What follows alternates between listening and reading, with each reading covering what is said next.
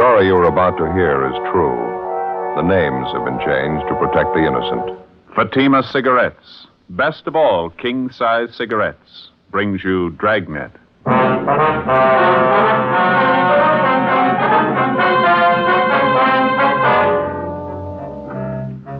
You're a detective sergeant. You're assigned to traffic investigation, hit-run felony detail. An elderly woman and her 9-year-old grandson are struck down in a pedestrian crosswalk by a speeding truck. The woman is killed instantly. Witnesses fail to get the license number. The hit-run driver escapes. Your job? Find him.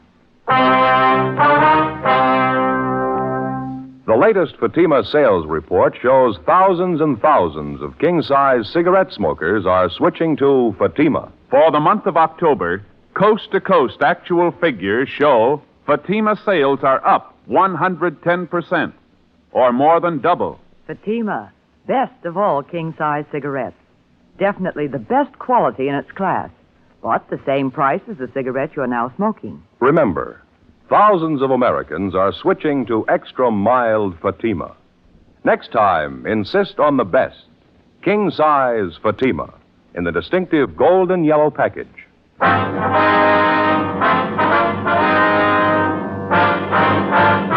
Dragnet, the documented drama of an actual crime. For the next 30 minutes, in cooperation with the Los Angeles Police Department, you will travel step by step on the side of the law through an actual case transcribed from official police files. From beginning to end, from crime to punishment, Dragnet is the story of your police force in action. It was Tuesday, December 21st. It was windy in Los Angeles. We were working the night watch out of traffic division, hit-and-run felony detail. My partner's Ben Romero. The boss is Captain Calfee, Commander AID. My name's Friday. It was 10:51 p.m. when we got to the Carlton Theater, the box office. Thank you.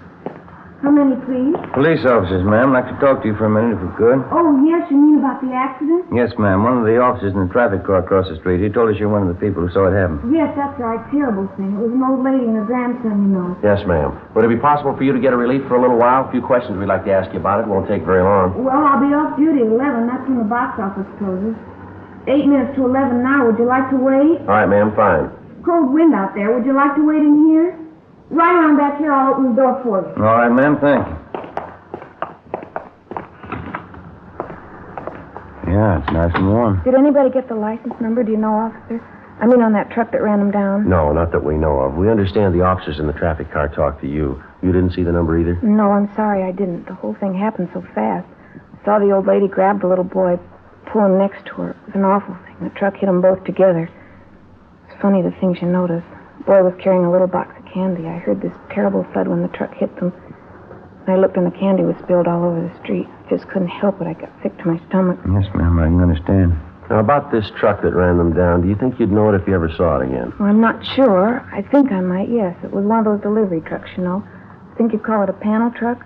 It was a light tan color all over, and there was black lettering on the side. Mm-hmm. Could you make out any of the lettering at all? Well, I think there were 3 or 4 words painted on the side, and I know one of them was bakery. I'm sure of that. Did you recognize what make of truck it was, ma'am? The year, the model? It was a late model. I'm pretty sure of that. Either a Chevrolet or a Ford, I'd say. One of those regular delivery trucks like some bakeries use. You sure about that word you saw lettered on the side? It said bakery. Yes, I'm positive of that. Now, anything else out of the ordinary that you might have noticed about the truck, ma'am? Anything outstanding that might have caught your eye? No, I'm sorry, officer. That's about all I can tell you. How is the old lady? Do you know? And the little boy? Could they tell you anything? Yes, ma'am. The woman's dead. She was killed instantly. They've taken the youngster over to Georgia Street Receiving Hospital. Afraid he's in pretty bad shape, too. Terrible shame. Poor old lady. She lives right here in the neighborhood, you know. Seen her shopping in the market next door here Saturday afternoon. It's just tragic. Yes, ma'am, it is. Boy's her grandson, you know. Somebody said he was down visiting her for the Christmas vacation. Seemed like a nice kid, well-behaved. She seemed so proud of him. Sure be a sad Christmas for the family. There's just one more question, ma'am. When the boy and his grandmother were crossing the street, would you say the visibility was good? I mean, is there any reason why it would have been hard for a driver to see them? No reason in the world, officer. It's a clear night. You can see how well the intersection's lighted up, all the Christmas lights strung up along here. Mm-hmm. The lights from the theater marquee. It was just as well lighted then as it is now. Yeah, I see. The intersection was perfectly clear, no other cars around. The boy had a white sweater on. The old lady was wearing a light-colored coat. Certainly easy to see the traffic light, too. It said stop. I can't understand why that driver didn't see him. No, ma'am, neither can we. How could anybody do such a thing? It just isn't any excuse for it. No excuse in the world. It's downright murder. Well, maybe that explains it. What? That's why I kept going. 11:35 p.m. Ben and I finished interviewing the cashier in the theater box office, and then we called the office and had them get out a supplementary broadcast and an APB on the description of the hit-and-run vehicle. We went back across the street to the scene of the accident where the officers in the T-car, along with the crew from the crime lab, were finishing up their preliminary investigation. We interviewed 2 more witnesses to the hit-run accident, but they were unable to tell us anything that we didn't already know. When we got back to the office, we put in a call to Georgia Street Receiving Hospital, where they told us the 9-year-old boy struck down by the hit-run driver was still in a critical condition. The husband of the 64-year-old woman, who had been killed instantly, was brought downtown to the morgue where he identified the body.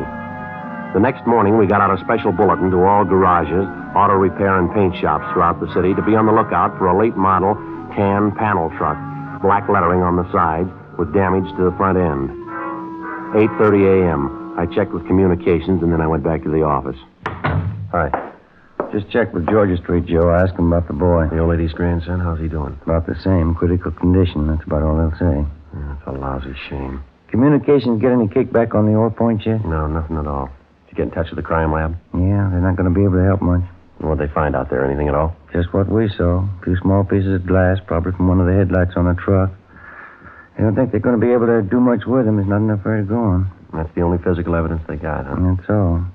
Might be able to tie it down a little tighter if we could find that panel. Yeah. You start checking on that bakery truck angle yet? McGowan and I called every bakery in town, got it pretty well narrowed down. There's only 2 companies that use tan late model panels for delivery trucks. Well?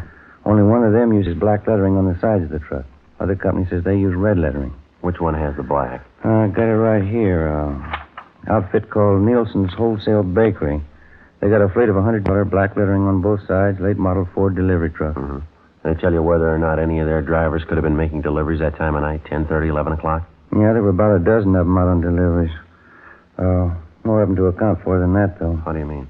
All their drivers are allowed to take the trucks home with them when they are off duty if they want to. Yeah. I'm afraid it's going to mean checking out every one of them, Joe. Well, we might as well get moving on it.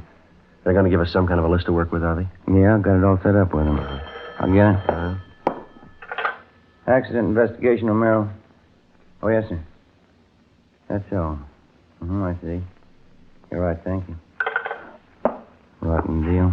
Yeah, what's the matter? That young kid, the grandson? Yeah. He just died. Many times and on many different occasions, the police officer has it proved to him that there can be very little difference between a crime of neglect and a crime that's been willfully premeditated. If you look at it closely enough, you can judge it for yourself. How much difference, for example, as far as moral guilt is concerned, is there between the following? Number 1, a man who plans a killing, takes up a gun, finds his victim, and shoots him to death. Or number 2, the man who thinks he has to look out for no one's welfare but his own, gets behind the wheel of a car, disregards the ordinary rules of safety, and proceeds to commit homicide with a motor vehicle. Oftentimes, the crime masquerades under the guise of an accident. Morally, no matter how you spell it, it adds up to murder just as surely as if the person had taken a gun and shot the victim down. The way it looked to us, the hit-and-run killing of the elderly woman and her grandson was a prime example. Wednesday, December 22nd, Ben and I began checking out the delivery trucks owned by Nielsen's Wholesale Bakery. Late that afternoon, we located one of the trucks with recent damage to the front end. We checked and found the driver's name was Arthur V. Singer. We drove out to his home to interview him. No, I wasn't working last night, officer. I was off. What's it all about? Did you spend the night at home, Mr. Singer, or were you out? Was home part of the time. After dinner, I went downtown, did a little bowling. Our neighborhood team bowls every Tuesday night. Where is that, sir? Place downtown. It's on West 7th. Got a pretty good team. Mm-hmm. Did you drive down, Mr. Singer, or did you take the bus? No, I drove down. Had the company truck with me. Let us use them when we're off duty. We pay for the gas. Did you drive down by yourself, or was there someone else with you? No, I was alone. The other boys had their cars. When did you leave the bowling alley, you remember? About 10:15, I'd say. How'd you drive home, Mr. Singer? I mean, what route did you take? Oh, I drove straight out West 7th. Got the Coronado. Came over Coronado to the house here. Why do you want to know? What time did you get home? About 11:15. This wouldn't be about that little scrape I had last night, would it? What was that? Down at 7th and Grandview, right by Westlake Park there. Old guy in the car ahead, he stopped fast right in front of me. Didn't even signal. All right. Yeah, I almost plowed right into him. Lucky I was watching. I slammed on the brakes, turned in toward the curb. Should have seen it. I clipped the headlight and the right fender against the telephone pole. Had to take the truck in this morning, get it fixed up. Are there any witnesses to this accident that you had, Singer? Yeah, half dozen people saw it. Did you get any names and addresses? Well, no, I didn't. I was so teed off about the whole thing, I guess I didn't think about it. Is there anyone at all we can check with? Anybody to corroborate your story? Just the old guy in that car. Sure a lousy driver. I really chewed him out. Did you get his name and address? No, but I took down his license number. Wasn't going to pay for that damage. He admitted it was his fault. I see. Do you mind giving us that license number? No, if I can find it. Wrote it down on the back of an old envelope. Thought I put it in my jacket, but when I looked this morning, it wasn't there. It's around someplace, so I'll check around again before I leave for work. It's bound to turn up. I'd like to have you look for it now, Mr. Singer, if you would. It's pretty important. Well, I think I get it, officer. What's this all about, anyway? Preliminary investigation. Want to see if you can find that number for us? Why? What's it have to do with an investigation? I didn't do anything. That old man was his fault. Well, a bakery truck was involved in a serious accident last night, the same kind that you were driving. Afraid you're going to need some kind of an alibi, Mr. Singer. Alibi? I don't know what you mean. Why'd I have to have an alibi? Well, just take my word for it. You're going to need one. Why do I need one? 2 reasons. Yeah? A 9-year-old boy and his grandmother. We continued questioning the suspect, Arthur Singer, but he denied any knowledge of the hit-run accident the night before at the intersection of Drexel and Pico Boulevard. We stayed with him while he searched his home for the license number of the car, which he said caused him to have his accident the night before. After half an hour of looking, he came up with a number scribbled on a scrap of paper which he'd found back in one corner on the floor of his closet. We put in a call to RDMV, and they came back with the information that the license number was registered to a Mr. Thomas Foley on Lankershim Boulevard. We drove out to the address to check with Mr. Foley, but there was nobody home. We left our card along with a message to contact us as soon as possible. 4:15 p.m. Ben and I got back to the office. At 4:35, Mr. Foley returned our call. Yes, sir, that's right. Oh, you did, huh? I see. Well, what time was that? Do you remember? Oh. Well, all right, Mr. Foley. Thank you very much. We may be contacting you later. Right, bye. What'd you get? Thought this was starting out too easy. Why, what'd he say? Apparently, this Arthur Singer's telling us the truth. Mr. Foley says he did have a little scrape with a bakery truck last night. Described Singer as the driver of the truck. Well, what about the location? Is Foley pretty sure about that? Grandview and West 7. Says it happened about 10:35 last night. That puts Singer about 3 miles from the scene of the hit run. It's impossible, Joe. Yeah. This Mr. Foley's right. Singer couldn't have done it. Wasn't anywhere near the scene. I sure thought he was it, didn't you? We can drive out and double check with Foley. Can't think of any reason why he'd lie about it, can you? I guess I'll get it. Accident investigation Friday. Yeah, Ted. Where? Yeah. Nobody, huh? Yeah, right away, thanks. It's moving a little fast. Got a piece of luck here. Who was it? Ted Zimmerman. He and McClendon are down the south end of town. Yeah? The hit-and-run truck. They think maybe they found it. 4:28 p.m. Ben and I left the office and drove to the south end of the city where we met with Sergeants Zimmerman and McClendon, a block from where the tan panel bakery truck had been located. As soon as the truck had been discovered, an immediate stakeout was placed on it. A code 5 was broadcast on the vehicle's location, warning all units to stay away so as not to discourage the suspect in case he decided it was safe to return and get the truck. Ben and I drove down the side street where the truck was parked and got a good look at the front end of it. The right headlight was damaged, and so was the right fender. While Zimmerman and McClendon remained on stakeout, Ben and I contacted the Nielsen Bakery people again, gave them the number of the truck, and they traced down the driver's name for us. He was listed as Daniel Miller. He'd been employed by the bakery for the past 3 years, and he had a good record. They told us this was his day off. 5:30 p.m. We checked at his home address, but his wife told us he wasn't there. She said that besides driving a truck for the bakery, he also had a part-time job at night. He worked as a counterman at a small coffee shop out on Wilshire Boulevard. We drove out to the coffee shop and interviewed him on the job. No, I'm sorry. I don't know where the truck is. I wish I did. What happened, Mr. Miller? Was it stolen? No, not exactly. A fellow that comes in here quite a bit. His name's Paul. Good customer. He borrowed the truck from me last night. Said he'd only be gone an hour. I haven't seen him since. Where does this man live, this friend of yours, Paul? Well, to tell you the truth, I don't know. Good customer. He comes in quite a bit at night when I'm working. Gotten to know him pretty well. He asked to borrow the truck for an hour. Didn't think much about it. Let him have it. Is there anything wrong? What's this Paul's last name, do you know? No, I guess I don't. Never thought to ask him, as a matter of fact. Guess they never had any reason to. About what time was it last night that you loaned him the truck? A little after 8 o'clock, I think it was. He said he wanted to take his television set over to a guy he knew and get it fixed. He told me he'd Be back by 10 o'clock at the latest. You don't know where this man lives? You have no idea at all how to get in touch with him? No, I guess I don't, Sergeant. Why? You in the habit of lending the truck to strangers? No, not usually. Well, what's your beef, anyway? What's this all about? What are your hours here at the coffee shop, Miller? When do you check in for work and when do you leave? I check in at 7 o'clock. I go a straight 5 hours to midnight. That's when we close up, midnight. Well, you worked that shift last night, did you? 7 p.m. straight through to midnight? That's right. Monday through Saturday, 6 days a week. That's the schedule. Just a part-time job for me, extra dough, you know. My regular job is driving the truck for the bakery. Was anyone around last night when your friend Paul came in to borrow the truck? Maybe another customer, waitress, somebody we could double-check with? No, there were a couple of other customers in the place. Don't know who they were, though. Why do you have to double-check anyway? I haven't done anything. I loaned Paul the truck, that's all. Well, have you any way at all of proving you were here from 7 to 12 last night? Must have been some customers you waited on that you remember. Sure, there are at least half dozen, and they'll tell you I was here. I'd like to have their names and addresses if you don't mind, Miller. Yeah. Excuse me a minute, huh? Got a customer to wait Sure, on. go right in. Hi, Dan. I missed you last night. Hi, Fred. What do you have? Coffee, a couple of those donuts back there, powdered sugar ones. Okay. Yeah, me and the missus dropped in for a sandwich after the show last night. Looking for you. That's so? Yeah, about 10:30. Where were you, Dan?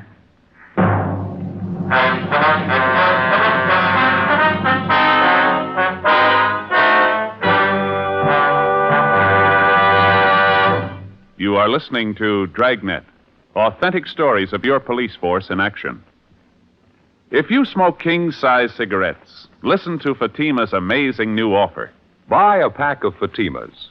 Enjoy their extra mildness and superbly blended tobaccos. If you don't like Fatimas better than the king-size cigarette you are now smoking, return the pack with the unused Fatimas before December 1st, and we'll give you your money back, plus postage. Fatima, Box 37, New York 1. We make this amazing offer because we believe Fatima is the best of all king-size cigarettes. Smokers all over the country are confirming this every day. Fatima's latest sales report shows Fatima sales up in every state in America. For the month of October, coast-to-coast actual figures show Fatima sales up 110%, or more than double. Yes, thousands of Americans are switching to Fatima. So why wait? Switch to Fatima today. Best of all, king-size cigarettes.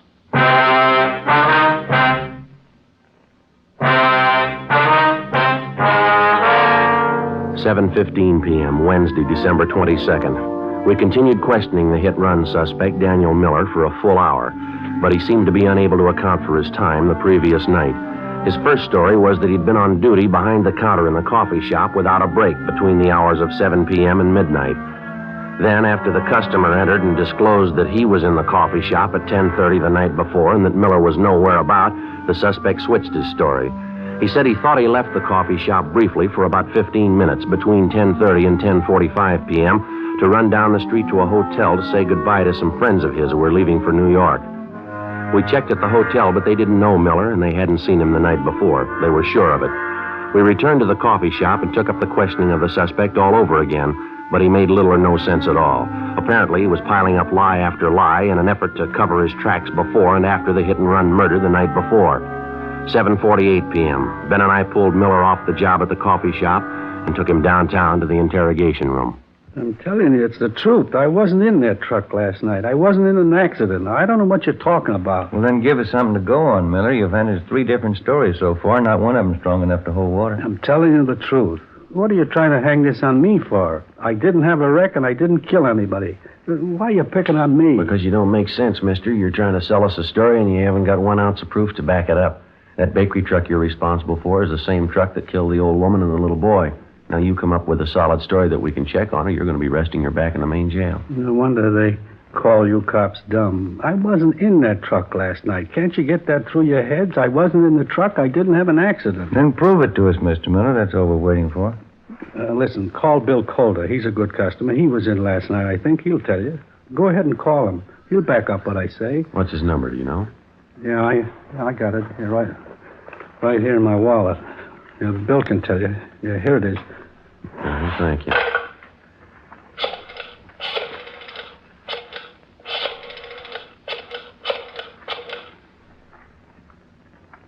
Hello, William Calder there, please? Yes, ma'am, it's important. All right, will you have him call Michigan 5211? Yeah, 5211. That's extension 2512. Right, thank you very much.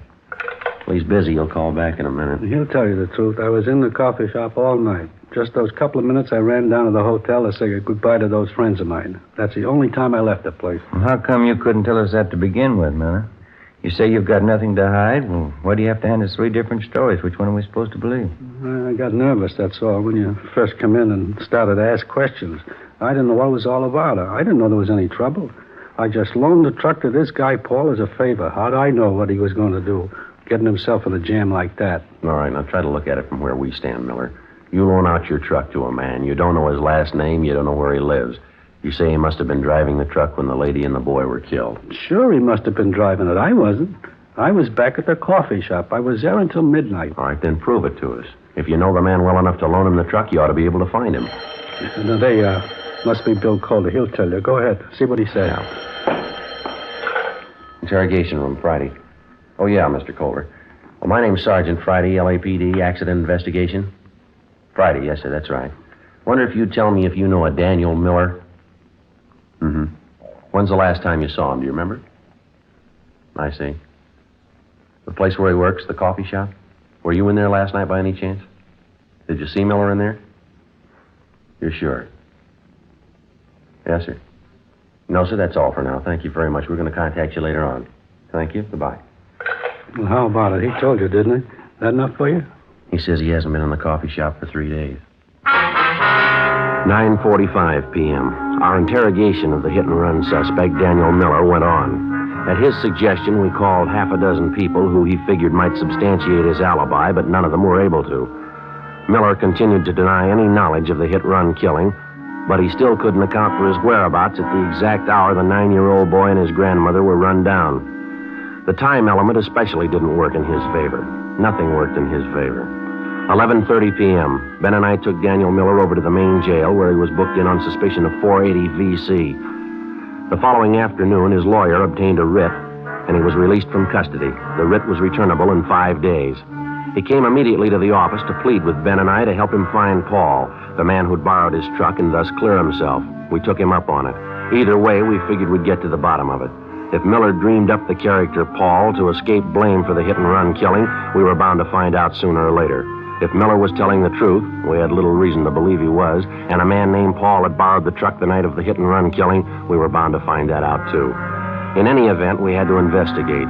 It's the job of the police officer to prove guilt or innocence, not guilt alone. 2 days passed, and then another 2. The Monday following the Christmas weekend, we were ready to call a halt. I don't know what else we can do. I think we've given enough time, don't you? The deeper we get into it, the more it looks like Miller's our man. I still can't make up my mind. Why do you have to be stubborn about it? We've checked every possible angle on his story. We still haven't an ounce of proof that this guy Paul he talks about even exists. We can't string along with Miller forever. Yeah, I suppose you're right. We've given him a square enough break on it. I still got that funny hunch. It's possible he might be telling the truth. We've gone 4 straight days on it, Joe. Haven't come across one lead to back up his story. It's too much for me. I can't bite anymore. Go ahead. Sergeant? Oh, how are you, Miller? I'm okay. Glad to see you. I've been looking for you. We've been looking for your friend, Miller. Still haven't found a trace of him. That's why I came down to see you. A friend of mine called me this morning. He knows this guy, Paul, I told you about. He says he saw him last night, going into a hotel down on South Flower. How come we haven't heard from this friend of yours before? We've checked through twice on the list of everybody you know. This fella's been out of town, just got back yesterday. When he heard about the jam I was in, he called me about seeing Paul. Mm-hmm. This hotel Paul was supposed to have been seen going into. Have you got the address of that? Yeah, it's over on South Flower, right near 12th. You want to go over there with me right now? This friend of mine wouldn't kid me. Paul must be there. You're sure about that? He must be there. I'll bet a month's pay on it. You might be low, mister. What? Stands to cost you a lot more than that. We went up to the 3rd floor to room 318, but the man registered as Paul Barton wasn't in. He'd left no word at the desk as to when he'd return. We sent Miller home and told him to wait for our call. Ben and I went on stakeout at the hotel. At 7:25 that night, Paul Barton returned to his room and we began questioning him. He showed no signs of being upset. His answers were quick, straightforward, and they seemed to make sense. The interview went on. A half hour, an hour, and Barton began to grow a little nervous. He contradicted himself. Big holes began to show up in his story as to how and where he'd spent his time the night of the hit-run killing. 8:45 p.m. Ben and I took Barton back to the office. We found Zimmerman in the squad room and had him phone Miller at his home and ask him to come downtown as soon as possible. Meantime, we checked Paul Barton through R&I, and then we took him to the interrogation room where the questioning went on. You're a little mixed up about that, aren't you, Mr. Borden? I thought you said you went to that bar downtown about 10 p.m. and then you went to visit at your sister's house. Now you tell us you went to your sister's house first and then you went to the bar downtown. Now, which is it? Well, that's getting a little high-handed, isn't it? Why do I have to account for my time to you? If it wasn't important, we wouldn't be asking you. I think you know that. Well, I don't know anything of the kind. You're trying to take advantage of me. That's the only impression I can get. I think I've answered enough of your questions. I'm going back to the hotel. Just a minute, Borden. There's one more thing. Yeah? Last time you were arrested for a traffic violation, you want to tell us what the charge was? What? I think you heard me. Well, that was a year ago. I was driving a little too fast going out Beverly Boulevard. And what's that got to do with it? Our record bureau says the charge was for drunk driving. Your license was revoked, isn't that right? Well, so what? I haven't been driving. I haven't been near a car. What about last Tuesday night? Huh? Last Tuesday night, did you do any driving then? No, of course not. You sure about that? You're not trapping me. I answered all your questions. Now I'm getting you're out going of to here. stay right where you are, mister. Stay put. Ben, you want to check next door, see if Miller's come in with you? Yeah, okay. You can't make me stay here. It's illegal. You got nothing to hold me on. All right, then there's nothing to worry about. This won't take very long. We got a man by the name of Miller coming in. He says he thinks he knows you. Miller? I don't know any Miller. Nice going, Paul. Where you been? I said, where you been? What'd you do with the truck? Grab him, Ben. Grab him. All right, now let me go. Settle down. Come on, mister. Settle down. I didn't do a thing. Well, look, you can't prove it. You can't prove I did. They're going to prove it, Paul. I'm going to help them prove it. You sure been a real good friend. But give me a break, Danny. I didn't mean it. Honest, I didn't mean it. I loan you the truck. You get boozed up. You run down a little kid and a grandmother. Then you take off and leave me holding the sack, like I did it. Well, I didn't mean it, Danny. It was an accident. I wasn't boozed up. Yeah, you're a real good friend. I hope you get it in the neck. I hope you get it with both barrels. Look, Sergeant, it's not true. I wasn't boozed up. I only had 2 drinks. Now, believe me, that's all I had. Yeah. I couldn't have been drunk. It doesn't affect me that way. 2 drinks never hurt me. A couple of drinks never hurt anybody. They killed a little boy and his grandmother.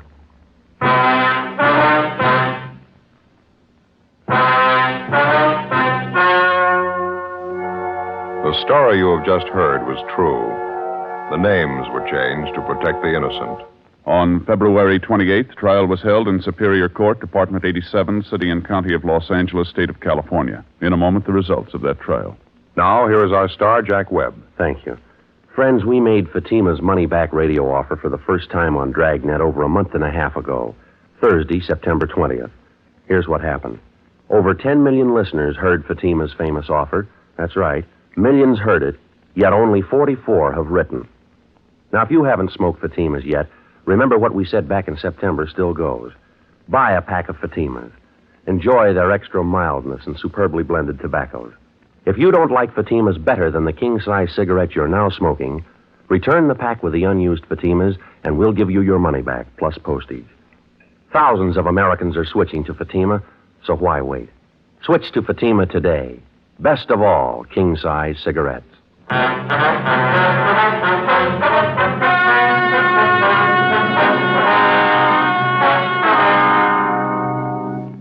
Paul Barton was filed on for violation of the State Vehicle Code, Section 480, a hit-and-run felony, and also for manslaughter, 2 counts. He was convicted only for Section 480 and received sentence as prescribed by law. A hit-and-run felony is punishable by imprisonment in the state penitentiary for not less than 1 nor more than 5 years.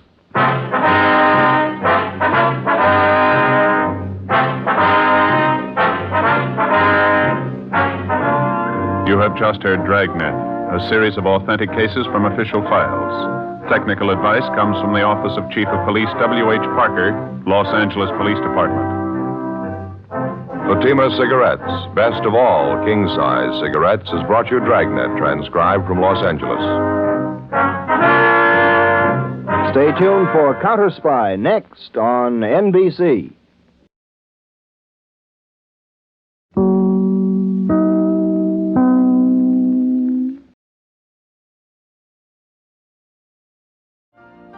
You've been listening to the OTR Gold Network. Find more classic radio at otrgold.com.